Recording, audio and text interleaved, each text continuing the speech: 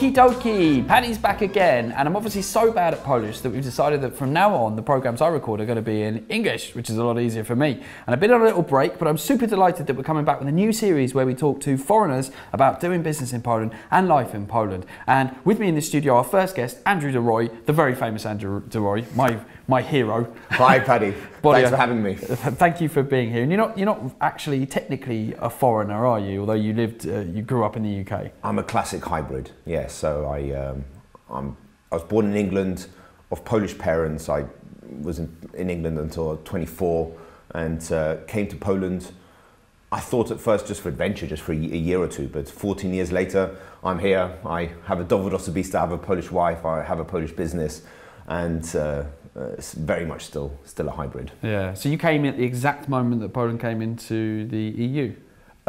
More or less. 2005. Actually, 2005. I came to Poland on it was the pogrzeb of Jan Paweł II. So the funeral. Pope. Yes. It was. And it was 3 days where nothing happened. I came to Poland, and in England it wasn't really that big a deal. And suddenly I came here, all the shops were closed, nothing was happening. There was no one on the street, and I was like, what on earth am I doing here? But that changed very quickly. It was a first initiation to Poland. It was very interesting. Right, let's do my Paddy's quickfire round. Favourite place in Poland? Warsaw, definitely. But there are competitors. Even places like Rzeszów, which I've been to recently, is awesome. Blimey, Johnny. All right, Wrocław. Favourite place in Warsaw? Favourite place in Warsaw, Palace of Culture, or the Wisła River. I'd say the Wisła River is just amazing. Just how it's developed is amazing. Just during the summer, going down the river, walking, that is got to be my favourite place. We're going to come back to this Palace of Culture thing, but let's carry on. Favourite food in Poland? Sushi. No, it's the sushi. It's the sushi in Poland. I say this to all my friends from London. Is incredible. It's better than anywhere else in Europe. I don't know why that is, but that is my favourite food in Poland. So I like the traditional Polish kebab. What's your favourite traditional Polish food? Pierogi. Yes. Definitely pierogi. And what's your favourite pierogi filling? Cabbage. Interesting. Okay. But they're all. I like a mix. If I can have a mix, I'd go for it. You know, they say, Paddy, variety is the spice of life. It truly is. Now, do you fry your pierogi or do you boil them? Fry them. This is an interesting series of answers, guys. I wouldn't have expected this. This is why we're doing this program, to discover these classic facts. All right, best moment in Poland over the course of the last 14 years? Oh, I don't do single moments. It's all about the meta level. I'd say I do good years, and I've had a lot of them. I'd say 2014 was just an amazing year. But no, I mean, I guess the best moments, getting married. Getting married was the best moment. Do you remember any of the wedding, or was it a traditional Polish wedding with vodka? It was a hybrid. It was an English-Polish wedding, a bit of Italian. My wife lived in Italy for 9 years. It was a mixture. It was quite unique, but it was very special. It was a very special wedding for me. And where was the wedding? It was in the Belvedere in Łazienki Park. So, I've been there. I've had a wedding there as well. I have to say, by midnight there were no British people left because they couldn't deal with the vodka. No, my Brits were stronger. They were stronger, but they could not keep up with the Poles. That's for sure. That they did. But the vodka was flowing. It was a great day. Let's talk a bit business. Was vodka important in business in 2005? Do you remember any occasions like that? Vodka. I'm sorry, I didn't catch that. Was vodka important?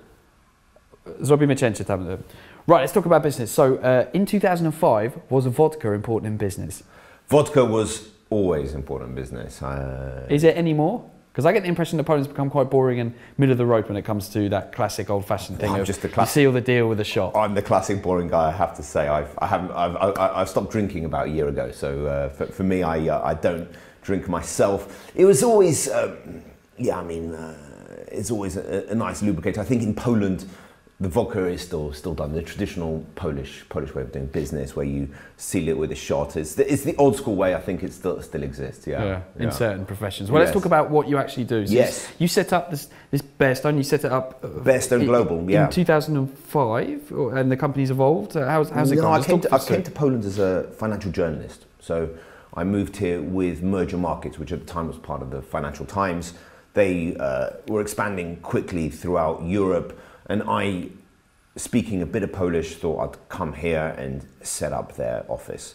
it was a very exciting time. It was to be a journalist at the time, focusing on business. It was, Poland had just joined the EU, the money was really flowing in, the stock exchange was absolutely booming. It was starting from a relatively low base, but it was very exciting. So started in journalism, but moved very quickly into corporate investigation and due diligence, which in some ways is investigative consulting. It's like journalism, but for specific clients, and the interest in Poland and Central European wider, which some people call Poland Plus, was huge. So there was a real need for good, high quality information, and that was the niche that I found myself. In some ways I kind of just fell into it, but I've been doing this since then, so I'd say from around 2007. So if anyone is well placed to talk about Polish business culture and Polish business relations, it's going to be Andrew.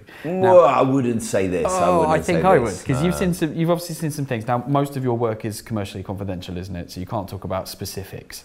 But there are some more stories you can say, but you know, the work that we do is transactions, so mergers and acquisitions, investors looking to buy companies in Poland, litigation support and asset tracing, basically people that have had issues in Poland and need good information to take it further, compliance and forensics. Those would be the main areas where we do. So when I talk to people about how it was back in the 90s when business, you know, capitalism basically just emerged and blossomed and, and grew, and they often come back to the fact that business relations were pretty poor.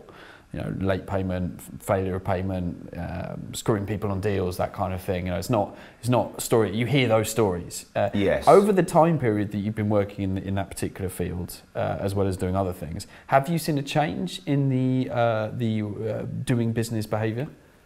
That is not a simple answer, because it's actually not a simple question. It's very nuanced, and it's something which changes and evolves all the time. The first thing I would say is that saying that Polish business culture is poor is not true. In some ways, you compare it to the UK or to Germany or to the US, there is huge corruption in each of these countries. It's perhaps a more sophisticated form. This is maybe the view which you hear in Russia, where, you know, Russians, they are maybe more blatant with how they do things, but there are nuances in this. In terms of how business culture has changed, I'd say Poland is more confident as a place for business.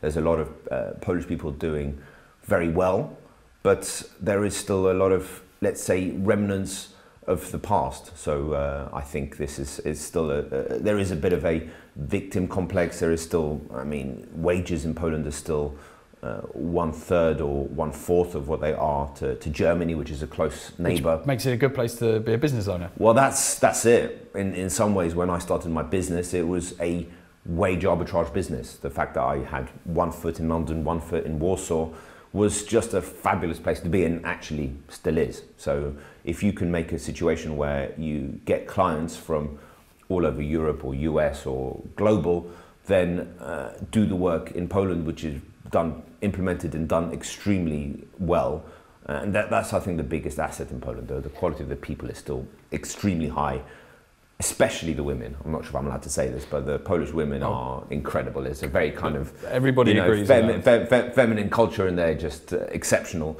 So it was initially a wage arbitrage business, but then increasingly you move up the value chain and you start doing more high caliber work where you genuinely compete with the top workers in London, New York, or wherever. And that's, for me, is the future of Poland. It's obviously, the world is compressing. Globalization makes the world increasingly small, even though proximity does matter, and that makes Poland a huge opportunity still. Yeah. And a point which I think is quite important to make is the leapfrog technology. So the fact that in 2005 Poland was starting from a low base, now, for example, the speed of the internet, the quality of the infrastructure, or even little things like the quality of the squash courts are a complete different level to the UK. It has dramatically changed, hasn't it? And of course, wages have risen pretty astronomically, especially in the last few years. So I wonder, well, how do you think Poland's going to get out of this trap, which is going to fall into? Because now Ukrainians are the cheaper, really hardworking workers that you can pretty much get in Poland anyway. I just wonder, where do you think the opportunity is coming here and the threat for the Polish economy?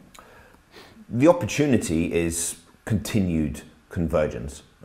And actually it's still significantly cheaper, and quality of the people. So people talk about the Polish education system. The fact is there's very high caliber people and very hardworking, and there's huge opportunity to innovate and to create businesses on a Europe-wide level or even on a global level. The fact, what you say, the Ukrainians coming to Poland, they're talking about close to 2 million Ukrainians in Poland. This, for the Polish economy, is a huge boom. This is I think, they say the Polish GDP right now is growing at 5%, which is in some ways equivalent to China. It's pretty phenomenal, isn't it? And I would argue that 1% of this is down to the Ukrainian workforce, which is coming here. There's a lot of actually rich Ukrainians, rich in terms of coming from good families, coming over here. And I personally work with quite a few Ukrainians myself, and it's great. In my business, corporate investigation, I'd say 25% of my work is Russian language work. So for me, being able to do good open source collection and doing projects in Russian is hugely important. In some ways, it's the second most important language in terms of global investigations after English. So the fact that there are so many Ukrainians in Poland is, for business owners, a huge opportunity. Right, now let's find out what really annoys Andrew about working in Poland and working with Polish people. What's your pet peeve? Maybe I would say, again, this is something which you mentioned before, the kind of the victim complex, the kind of not feeling a bit inferior is one thing.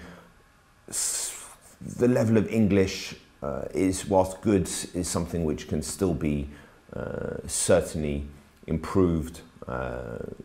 But generally, I would say these are small things. The bureaucracy, people complain about it. I think it's overstated. I think it's still a really great place to do business, and it's a great place to set up a company. Yeah. I would say these are the few things which are annoying, but to be honest, I haven't thought about it. I don't find anything annoying. He's just too easy to work with. He's such a nice man. How have you changed personally in that time? Obviously, everybody goes through a life arc, young man to... That is a hell of a question.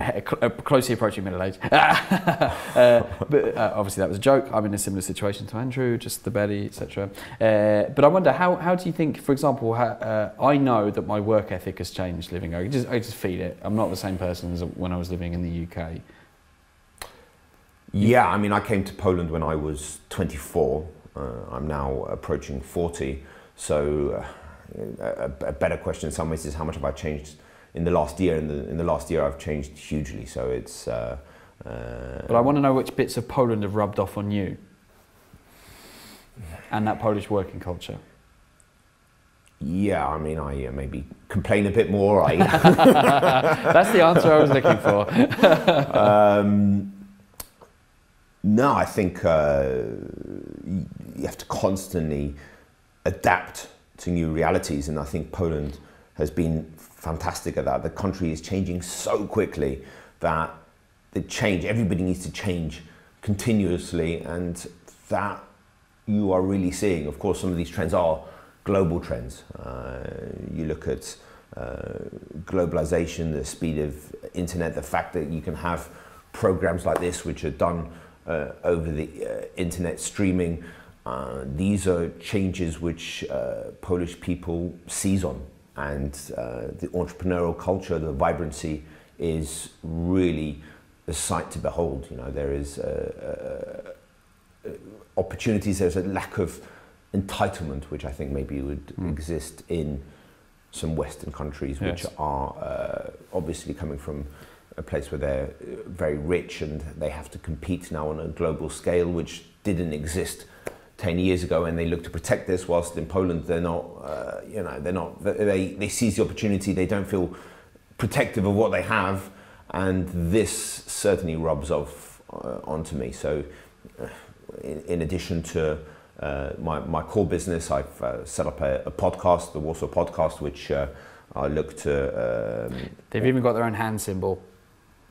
Am I doing it right? Yeah, that was better than I could do myself. I really... I did just make that up just to be absolutely impressive. Andrew, if you hadn't worked in what you do now with Bearstone, what business or what industry, what vertical would you love to have gone into? The kind of opportunity like, oh man, if only I wasn't doing this, I'd do something else.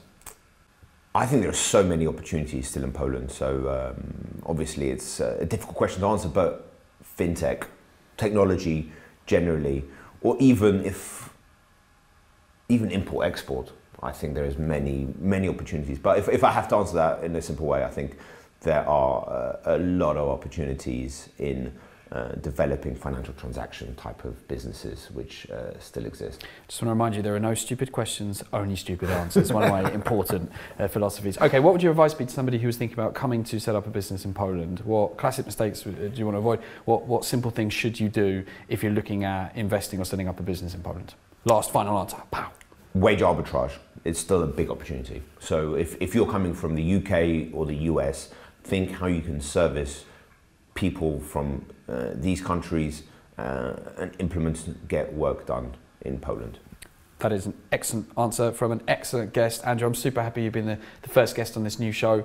You've been amazing. I know we could talk for another extra half an hour, but now the onus is on you to make sure you share this program with anyone who's interested in doing business in Poland, or you share Andrew's opinions with anyone who's living in Poland for a while and you want to see what they think about what he said. It's been fascinating. We're going to have more fascinating people. Now remember to share this on Facebook, YouTube, Twitter, LinkedIn, and even, hell, Instagram, if that's what you use. See you next week. Pow!